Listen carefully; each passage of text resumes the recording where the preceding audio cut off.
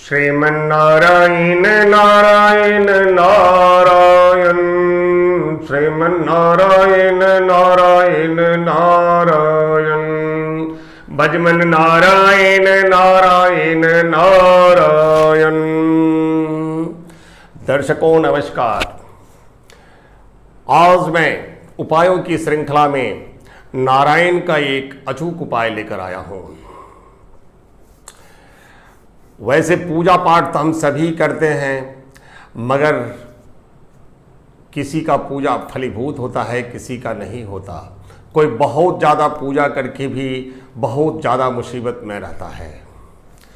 लेकिन दर्शकों, हम जो पूजा बताते हैं उस पूजा की ये खूबी है कि ये सारी पूजाएं सकाम होती हैं और तकनीकी तरीके से सजाई हुई पूजाएं हुआ करती हैं।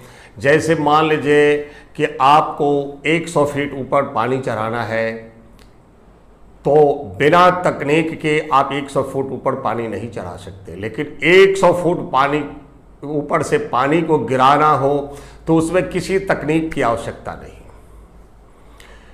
यानी तपस्या करने में तकनीक की ज़रूरत है। तपस्या से च्युत हो जाने के लिए, गिर जाने के लिए किसी तकनीक की ज़रूरत नहीं है।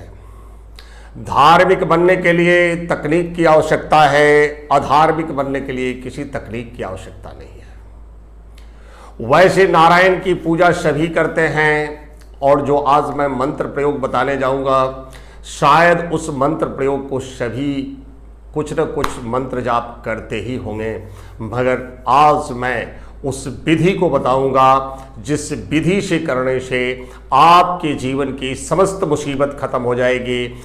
आपके हर कार्य में आने वाले एक एक अड़चन आपका पीछा छोड़ देंगे। आपका शत्रु तक शांत हो जाएगा। आपके जीवन में जो भी मुसीबत है, किसी प्रकार का अड़चन आपके जीवन में, जब भी आप कोई नया काम करने जाते हैं, किसी प्रकार का अड़चन अगर बार बार उत्पन्न हो रहा है, किसी प्रकार का जीवन में अड़चन है, तो आप इस प्रयोग को आजमा कर देखें। यह प्रयोग आप अक्षय तृतीया के दिन कर सकते हैं। आप शुक्ल पक्ष की प्रथम गुरुवार से प्रारंभ करके आप 11 दिन तक कर सकते हैं। लेकिन अक्षय तृतीया के दिन किया गया उपाय अक्षय होता है, इसलिए यह उपाय आप अक्षय तृतीया से प्रारंभ करके अगले 11 गुरुवार तक करके देखें। आपके जीवन में क्या परम शांति आती है, क्या जीवन सुखमय और आपका आनंदमय हो जाता है।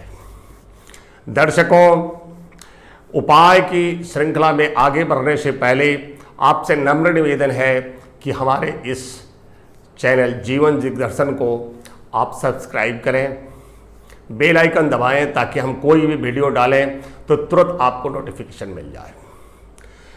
अगर हमारे बताए उपाय आपको अच्छे लगते हों तो आप दोस्तों को भी शेयर करें, उन्हें भी सब्सक्राइब करने के लिए प्रेरित करें।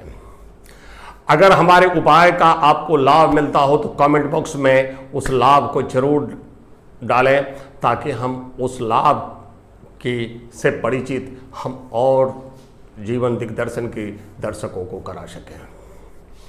आइए दर्शकों, मैं आज जो उपाय बताने वाला हूं वो उपाय सुनिए। अक्षय तृतीया के दिन सुबह ब्रह्म मुहूर्त में आप स्नान ध्यान करके एक योग्य विद्वान ब्राह्मण के द्वारा, अथवा आपको षोडशोपचार पूजन का तरीका मालूम हो तो नारायण के किसी भी विग्रह को, उसमें राधा कृष्ण रख सकते हैं, उसमें लक्ष्मी नारायण रख सकते हैं, उसमें आप राम दरबार लगा सकते हैं।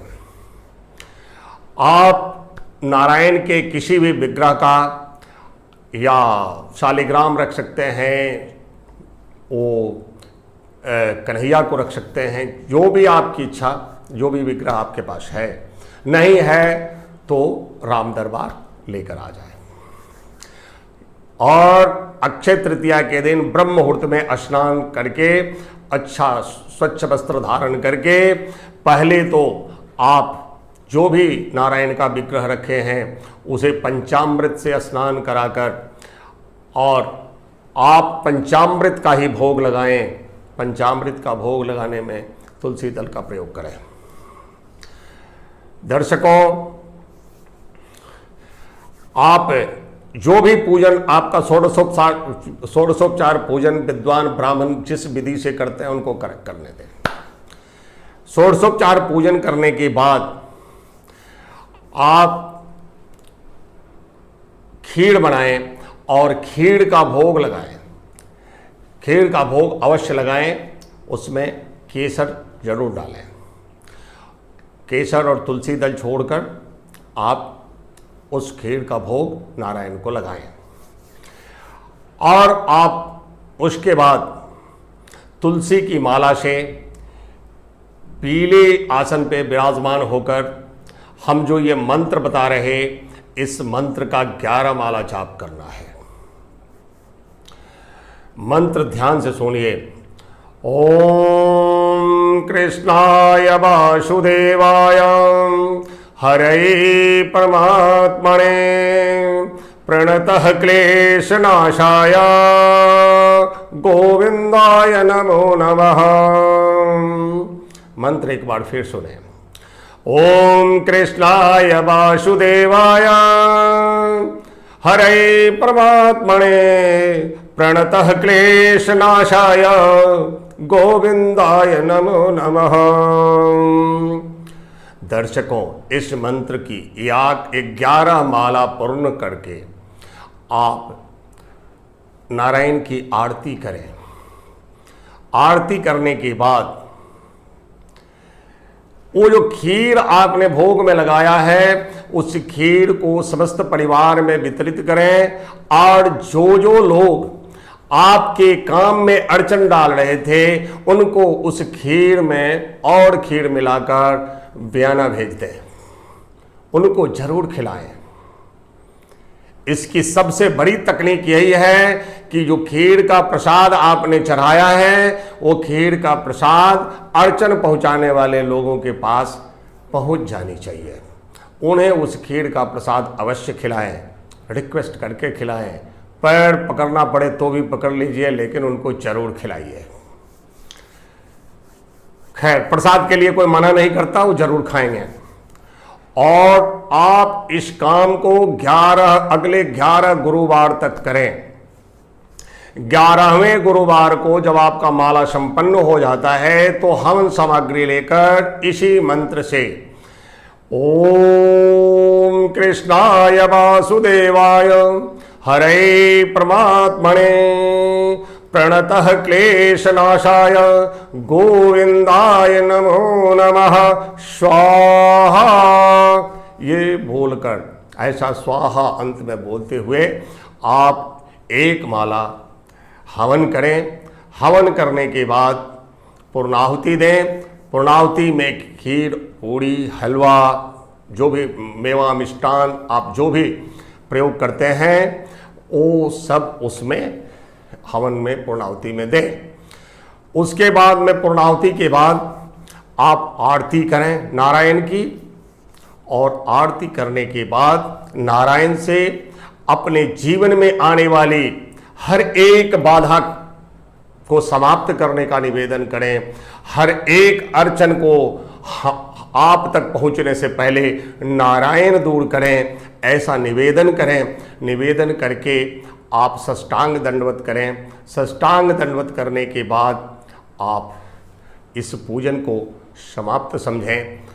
संभव हो तो आप इसे पूर्ण विधि विधान के साथ करके देखें। चमत्कार हम नहीं, चमत्कार आप बताएंगे। आप देखेंगे कि जितनी मुसीबतें, जितनी शत्रुता थी, आपका धीरे धीरे समाप्त होने लग रहा और समय के साथ सब शत्रु समाप्त हो जाएंगे। समाप्त होने का मतलब शत्रुता समाप्त होगी, इंसान समाप्त नहीं होता। इस भावना से ये प्रयोग करना भी नहीं कि इंसान समाप्त हो जाए। जब आप इंसान को समाप्त करने की कोशिश करिएगा तो प्रत्येक क्रिया के बराबर और विपरीत प्रतिक्रिया होती है। जब आप किसी की हानि सोचिएगा तो आपका स्वयं का हानि होगा। इसलिए कभी भी दुर्भावना से प्रयोग ना करें। ये सब भगवान की सत्ता का प्रयोग है, भगवान का उपाय है। भगवान के साथ लगे रहें और आप देखेंगे कि भगवान आपको एक छोटे नन्हे मुन्ने बच्चे को जैसे माँ पालती है वैसे भगवान पालेंगे, आपको निश्चय पालेंगे। दर्शकों, जब भी खाली समय रहे गाते रहें श्रीमन्नारायण नारायण नारायण, स्वामी नारायण नारायण नारायण, श्रीमन्नारायण नारायण नारायण, भजमन नारायण नारायण नारायण। नमस्कार दर्शकों, आज के लिए इतना ही। फिर मैं कोई अन्य टोटका लेकर आऊँगा तो आपसे पुनः मुलाकात होगी। जय श्री राम।